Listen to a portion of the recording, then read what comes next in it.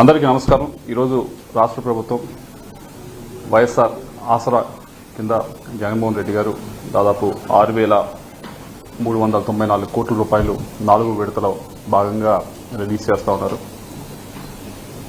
ఇది రాష్ట్రంలో ఉన్న మహిళలందరికీ కూడా ఎంతో ఉపయోగపడే కార్యక్రమం. ఇది ఒకటే కాదు, ఆసరానే కాదు, దాదాపుగా ఈ 4.5 సంవత్సరాల్లో 2,61,000 కోట్లు డీబీటీ ద్వారా రాష్ట్రంలో ప్రజలందరి ఖాతాలో కూడా వివిధ స్కీముల ద్వారా రిలీజ్ చేయడం జరిగింది. వెల్ఫేర్ అంటే ఇలా ఉండాలి అని చూపించిన ప్రభుత్వం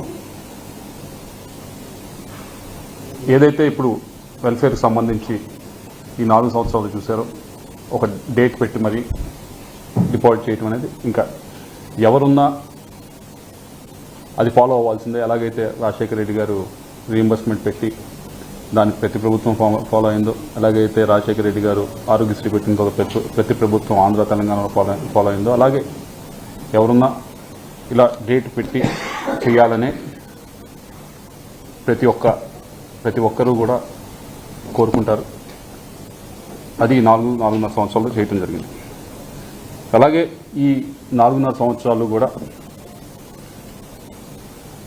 నన్ను ఎంపీగా నర్సరావుపేట ప్రజలు 4.5 సంవత్సరాలు కూడా ఎంపీగా నన్ను నర్సరావుపేట ప్రజలు ఆదరించి భారీ మెజార్టీ, ఎప్పుడు కనివిని ఎరిగిన మెజార్టీ, దాదాపు 1,55,000 పైగా మెజార్టీతో నన్ను పార్లమెంట్కి పంపించడం జరిగింది.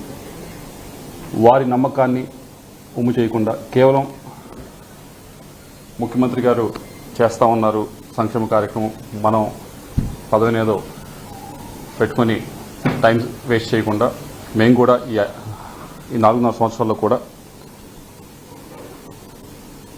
నర్సరావుపేటకి సంబంధించి, పల్నాడుకి సంబంధించి ఏదైతే మేనిఫెస్టోలో పెట్టామో, 2019 మేనిఫెస్టోలో పెట్టామో వాటికి సంబంధించినవి ఒకటొకటి పూర్తి చేసుకుంటూ రావడం జరిగింది. దాంట్లో మొదటిది మీ అందరికీ తెలిసిందే వరికిపూడిశాల ప్రాజెక్టు.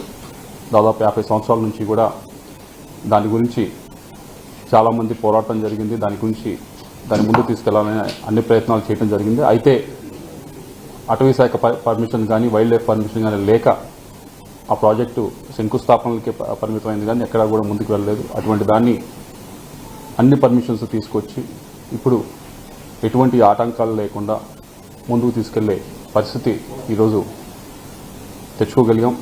దాని గురించి వరికిపూడిశాల గురించి మీ అందరికీ తెలిసిందే. ఏదైతే ఎగువ పల్నాడులో రైతులందరికీ సాగునీరు, అలాగే ప్రజలందరికీ కూడా త్రాగునీరు ఇచ్చే ప్రాజెక్టు, దీన్ని మొట్టమొదటిగా మేము మేనిఫెస్టోలో పెట్టడం జరిగింది. దాన్ని అన్ని పర్మిషన్స్ తీసుకొచ్చి ముందుకు తీసుకెళ్ళటం ఎంతో ఆనందం కలిగించింది. అలాగే రెండవది, ఆ రోజు 2019 మేనిఫెస్టోలో పెట్టింది మెడికల్ కాలేజీకి సంబంధించి మొత్తం జిల్లా మొత్తానికి కలిపి, నర్సరావుపేట పార్లమెంట్ మొత్తానికి కలిపి ఒక్క ప్రైవేట్ మెడికల్ కాలేజీ లేదు 2019 సమయానికి. గవర్నమెంట్ మెడికల్ కాలేజీ కూడా లేదు. ఎవరికైనా మంచి వైద్య సదుపాయం కావాలంటే గుంటూరు లేదా హైదరాబాద్ వెళ్ళాల్సిన పరిస్థితి. అది కూడా ఇప్పుడు కేంద్ర ప్రభుత్వం సహకారంతో, రాష్ట్ర ప్రభుత్వం సహకారంతో ఇది కూడా దాదాపు 700 కోట్ల రూపాయలతో మెడికల్ కాలేజీ కూడా పిడుగురాళ్ళలో ఈరోజు ఏర్పాటు చేసుకోవడం జరుగుతూ ఉంది. తొందరలోనే వాటిని కూడా ఓపెన్ చేసే పరిస్థితి ఉంది. వీటితో పాటుగా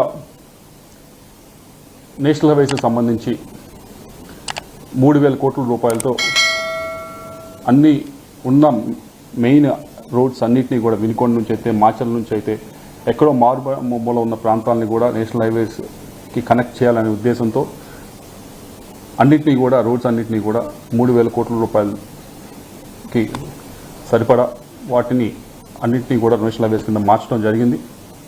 వాటిని టెండర్స్ అన్నీ కూడా అయినాయి. కొన్ని చోట్ల పనులు కూడా స్టార్ట్ అయినాయి, కొన్ని చోట్ల టెండర్స్ పూర్తయినాయి. దాన్ని ముందుకు తీసుకెళ్లే పరిస్థితి ఈరోజు కనిపిస్తూ ఉంది.